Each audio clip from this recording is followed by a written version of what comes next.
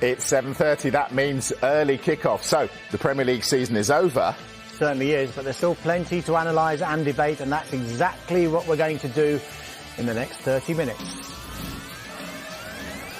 Leicester paraded the FA Cup after yesterday's defeat by Tottenham, but once again they failed to qualify for the Champions League on the final day of the season. Is their problem that they just cannot cope with the pressure?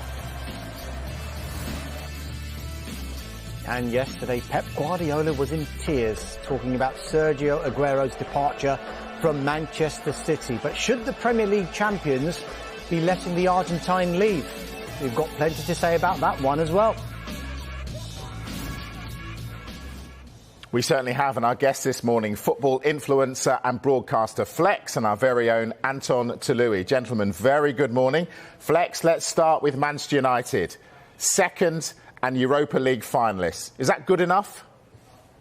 It's not bad. It's not bad. I think in the context of this season, it's not bad at all. I think with the investment or lack of that Solskjaer had from the summer just gone, I think you have to look at it and think second is a decent return. I know a lot of Manchester United fans and people outside the football club as well who don't support Manchester United are very much sort of saying, well, is Ollie good enough? Is he this? Is he that? But I struggle to see how we get better than second with this current squad without investment into key areas that we still need. So this summer is the one. You know, you get a lot of comparisons to Jose Mourinho as well. You know, he was in second and finished on, 81 points. I understand that. But at the end of the day, he was rewarded with a new contract because he built that team to second, and then it fell down, you know, and then we had to rebuild again.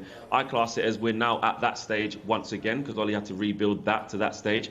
And next season is where we really see if we're serious about challenging for the top honours, i.e. going deep into the Champions League and challenging for that, and challenging genuinely for the Premier League. So it's all about investment for Solskjaer this summer as well, which he spoke about in his press conference. He says we need 2 to 3 players to challenge higher up the table by one spot. We can't expect it to happen by ourselves. In other words, improve my squad. OK, so does that mean you sign Harry Kane, you challenge for the Premier League title? No, I don't think it's as easy as that. Honestly, I really don't. There's a lot of Manchester United fans who are saying, you know, what you're saying there, which is go and get Harry Kane. He'll fix everything. But with a midfield of McTominay and Fred, I still think we'll have issues. Without sorting out the centre-back situation, I still think we'll have issues. Harry Kane is a fantastic striker. And if he comes to Manchester United, will he score 25, 30 goals? Yes, he's doing that in a really, really poor Tottenham squad. He will do that wherever he goes. But I think we've got a duty to kind of put some major repairs on the squad in key areas. I don't think it's enough to just put Harry Kane up front alone, which would be pretty much all of our transfer budget and some, and expect other things to be fixed. Anton, just to you on United. 66 points last season, they finished third. 74 points, and they finished second this season. On the face of it, it looks like progress. Ole Gunnar Solskjaer describes it as progress. But are they any closer to closing the gap on Manchester City?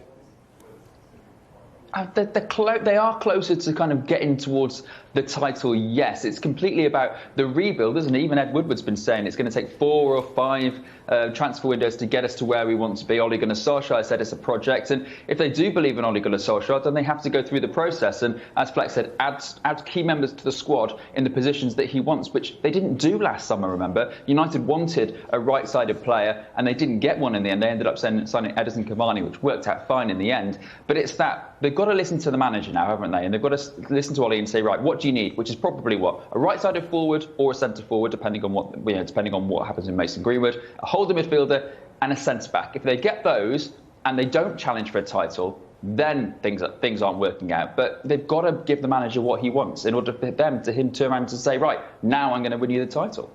What about Liverpool? They were title winners. They've now turned into also-rans, Anton. Should they be just squeaking into the top 4 on the final day? They finished third. I mean, it's not a terrible season. They finished top, they managed to get in the Champions League. And actually, if you look at it, they went into the season, I think, with a little bit of naivety because their squad lacked depth in pretty much every position. They went into the season with only 3 starting caliber centre-backs. When there's a huge drop-off in quality behind their starting 11. And now the question is, right, how do they rebuild? Are we going to see almost like a Liverpool 2.0 come through under Jurgen Klopp? Who's going to challenge this established 11 now? That's the fascinating thing for Liverpool going forward. So if anything, it's just a long wake-up call for Liverpool, wasn't it? Because they've relied so much on a core group of players. Well, you can't do that in the Premier League for too long. You say that the Liverpool squad lacked depth there, Anton. I just wondered, do you think Jurgen Klopp has an element of regret of how the season has panned out? Because it was he who decided, I'm going to play central midfielders in central defence, whereas in their last 10 games, predominantly he had 2 central defenders playing in those positions, Fabinho holding midfield to protect that back four, and they win 8 games out of their last 10 and draw the other 2. I think a huge part of that there, Dharmesh, was the fact that maybe Reece Williams is so young. Remember, he was on loan at Kidderminster not so long ago, that he probably wasn't ready for Premier League football. Jurgen Klopp sees these players in training every single day, so he's the best placed person to make that decision. But yeah, you're right. When he finally managed to put an established back four out, Liverpool managed to go 10 unbeaten at the end of the season and get into the Champions League places. But even when they were rolling off those wins, they still didn't look like the Liverpool of old. So they've still got some squad building to do in the summer. Flex, I hesitate to ask a Man United fan about Liverpool, but I'm going to. They're going to let Gini Wijnaldum go. Are they crazy?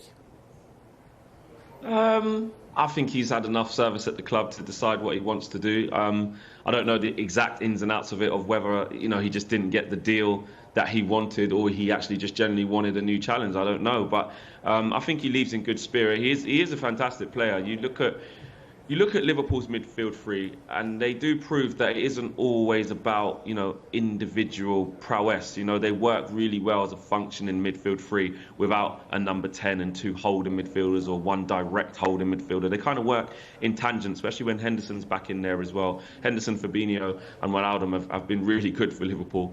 And you look at the transformation that, he's shown. You look at Wijnaldum at Newcastle. I don't think many would have predicted that he would go on to be such an influential midfielder at such a high level. So, I don't like to give Liverpool too much praise at the best of time, but I've got to be honest. I think he's had a great, what has he been there, 4 or 5 years, I think. He's given them great service. So I think it was more like if he decides that, he wants to go on to pastures new, I think they've afforded him that luxury. Well, he's intimated, hasn't he, that he actually didn't get a deal that he wanted, and he will reveal more in time. So we look forward to that. Let's talk Chelsea then Liverpool are crazy then. Then they're crazy. They are crazy. Thank you. We got there in the end. Anton, let's talk Chelsea. Does Thomas Tuchel have to win the Champions League final, or is his job on the line?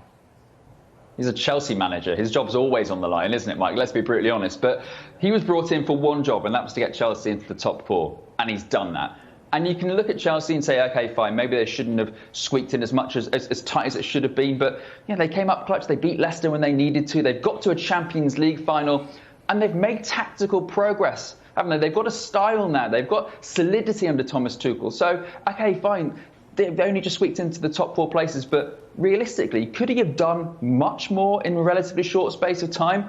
Thomas Tuchel, I mean, I'd be really surprised if he isn't given at least the starter next season to really make an imprint with this side. Yeah, you say make an imprint with the side. I've just looked at when he joined. Chelsea were 8th. He's taken them to 2 cup finals, albeit they lost to Leicester in the FA Cup final. He's got them to the Champions League final. He's got them to a top 4 finish. And all this with a squad of players that he had nothing to do with. So are we going to see the best of Chelsea under Thomas Tuchel next season when he gets to bring in his own players? And then do we make a judgment on him?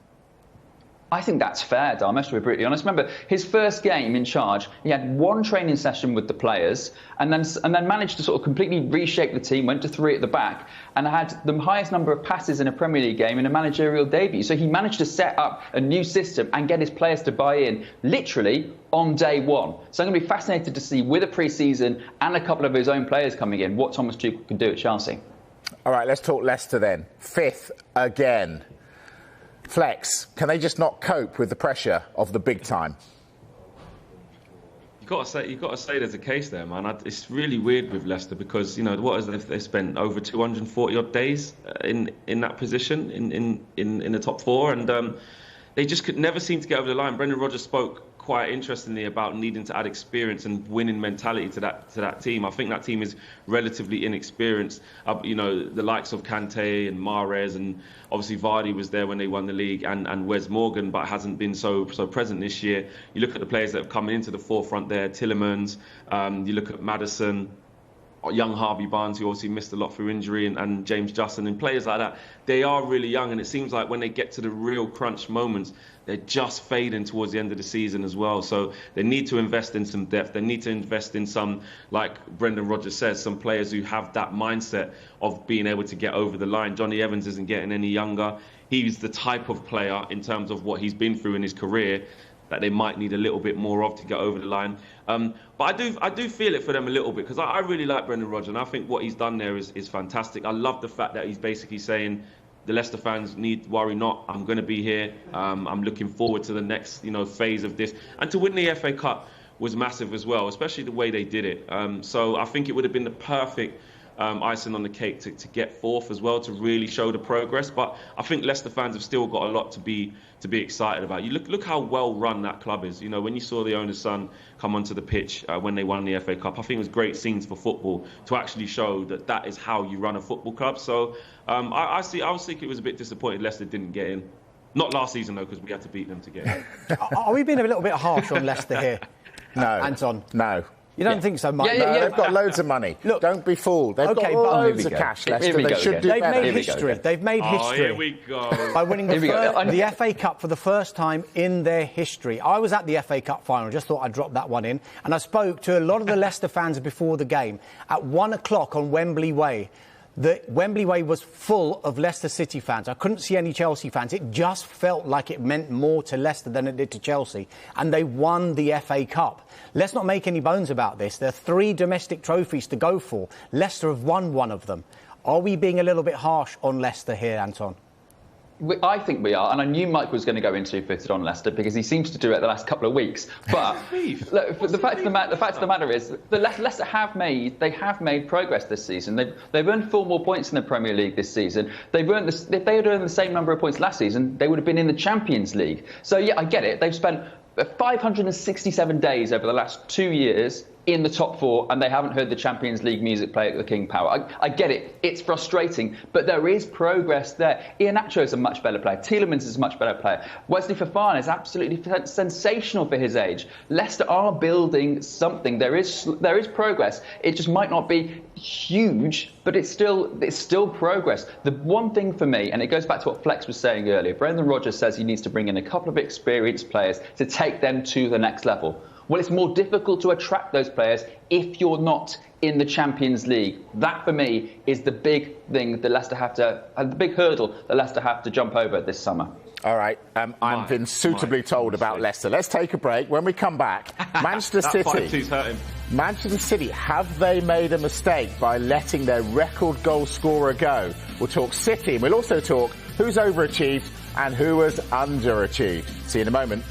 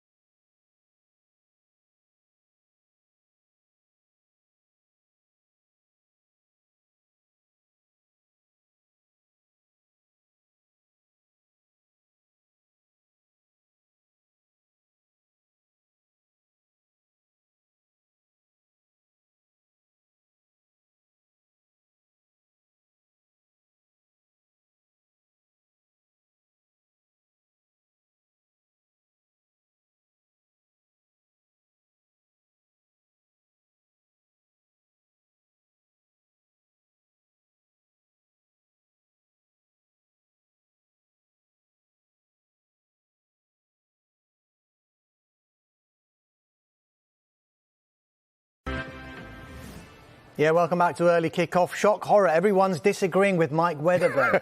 Broadcaster and influencer Flex and our reporter Anton Tolui are our guests. And we're going to talk about who's underachieved and overachieved in the Premier League this season. Don't think we can say underachievement with regard to Manchester City. Let's talk about them now. The man who dominated their farewell Premier League appearance of this season was, of course, Sergio Aguero. His final Premier League game for Manchester City. 2 goals. Of course he did. So, guys, are City making a big mistake letting him go?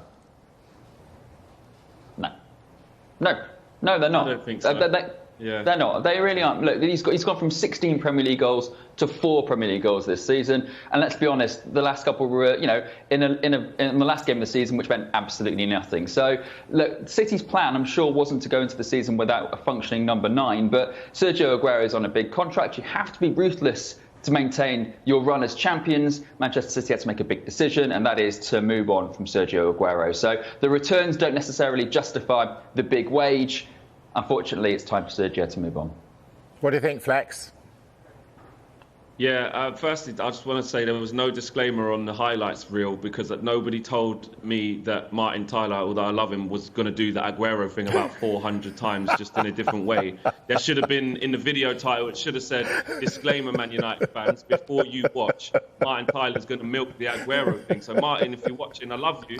But don't do that again. That was annoying. But on the Aguero thing, Anton's right. At the end of the day, if you look at what City have achieved this season without a proper number 9, without someone, a number 9 who's scoring double digits, it's astonishing. And they still got one more to go and hopefully don't win the Champions League. But they got every chance of doing that. So I think they're within their rights to say we're not getting the same return out of Sergio Aguero as we once was.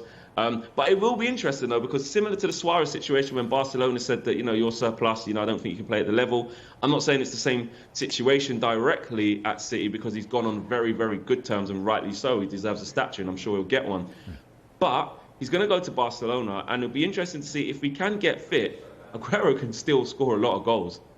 So he could be, the renovation that Barcelona need to get that title back from Atletico Madrid. So I think it works for both parties. But if Harry Kane goes to Manchester City, we may as well all pack up. Go home. Flex, Anton did say that City need to move on from Aguero. It looked like they did this season anyway. He only started 7 games in the Premier League this season. Gabriel Jesus started 22 games in the Premier League this season. They finished 12 points clear. And yet we're talking about a potential arrival of a certain Harry Kane. Do they need him? In theory, no, because like you said, of the results that they've just had. But obviously, a team like City, you got to think they have had Sergio Aguero for the last 10 years. So it's not like they're not used to having a top-notch striker. It's just that they're so good. And Pep Guardiola is such a good manager. They've managed to adapt with a declining Sergio Aguero, who's had his problems with injuries. They've always had, for the last 10 years, a top striker in Sergio Aguero, who's arguably been the best striker in the league in that time, along with Harry Kane at times. So they will need a number 9 eventually, but they're just so good that the type of football they play and the rotation that they have. This is getting really bad now. This is too much praise. They don't have to get a striker. Do you know what? You're coming on this again. This is not what I wanted in the morning. You're coming on again. All right, I'll let you off with City. Let's talk about the teams and the people who've overachieved and underachieved this season, Anton. I want to start with the overachieving teams. West Ham United. Did you see what they did coming? No. Absolutely not, no. And I don't mean that in a horrible way to West Ham. And I didn't see Jesse Lingard doing what he did as well, considering we've barely seen Jesse Lingard play for the last 2 seasons. And he comes in and gets 9 goals and 4 assists and gets back in the England squad and looks like one of the most creative players in the Premier League. So all you got to do is give praise to David Moyes, to Jesse Lingard, to Souček, to Rice, to Ogbonna, to all these players who you necessarily thought were decent Premier League players. Well, they've gone on to show they are some of the best in their position this season. Newcastle United, Flex, finished 12th. Steve Bruce continues to be criticised. Fair or unfair? Big up to Stephen Bruce, mate. I tell you what, yeah, I don't know how he does it. He looks like he's just a couple of games away from the chop. and he manages to pull it round. I think Joe Willock's been a big part of that. And to be fair to Steve Bruce, getting some injured players back. You know, Callum Wilson had a say later on as well in the season because they was missing him for a chance. They were missing St Maximin for large periods as well. So I think in a weird way, yes, the Newcastle fans, I always sympathise with them in terms of the ownership and stuff that's going on with Mike Ashley and stuff like that.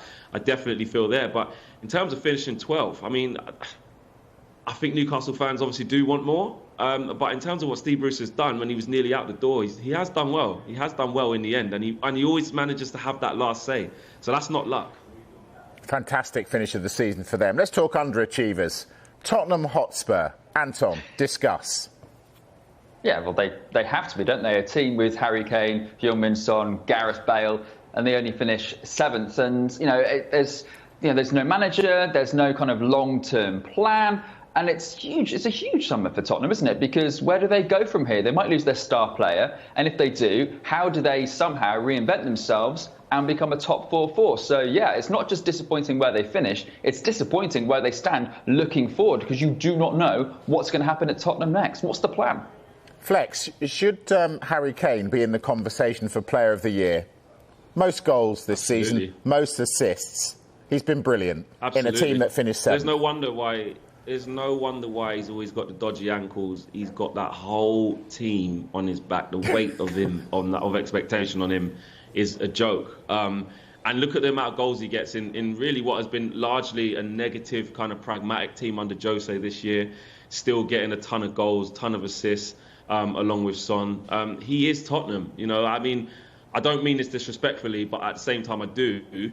Are they really underachieving? You look at their squad, apart from Harry Kane and Son, there's not really much going on. You know, I think they kind of just finished where they probably should finish, in my opinion. And then I've got to give an honorary mention to Arsenal as well, 8th to 8th. Like, I really wanted them to get that Conference League Banter Trophy Cup as well. That would have been the icing on the cake, but they couldn't do it. But, you know, I think Mikel Arteta, because he's helped your manager, Mike, I think he gets the rub of the green a lot. Honestly, he's been putting out the training cones for Pep, organising the bibs, and that's got him the Arsenal job.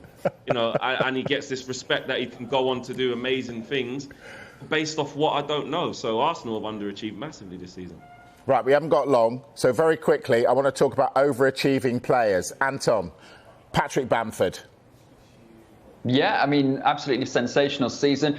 Also tops the Premier League standings for the number of big chances missed, though. So it could have been even better for him. What do you think, Flex? What, more than Timo Werner? Who? Yeah, more than Timo Werner, yeah. I like Wesley Fofana. I think he's done really, really well this season. Real bright spark. But Joe Willock, I'm going to go with. What a turnaround. Looked like you question, is he good enough to play in the Premier League consistently? And maybe not at Arsenal, but it just shows you, along with Jesse Lingard, what happens when you get an arm around your shoulder and get a little bit of trust and belief from me from a manager. So big up to Joe Willock. Absolutely. Well, the music started. You know what that means, fellas. You have overachieved, both of you, definitely, this morning. Thanks for joining us. Early kick-off. Back again tomorrow. We'll be talking England squad tomorrow. See you in a bit.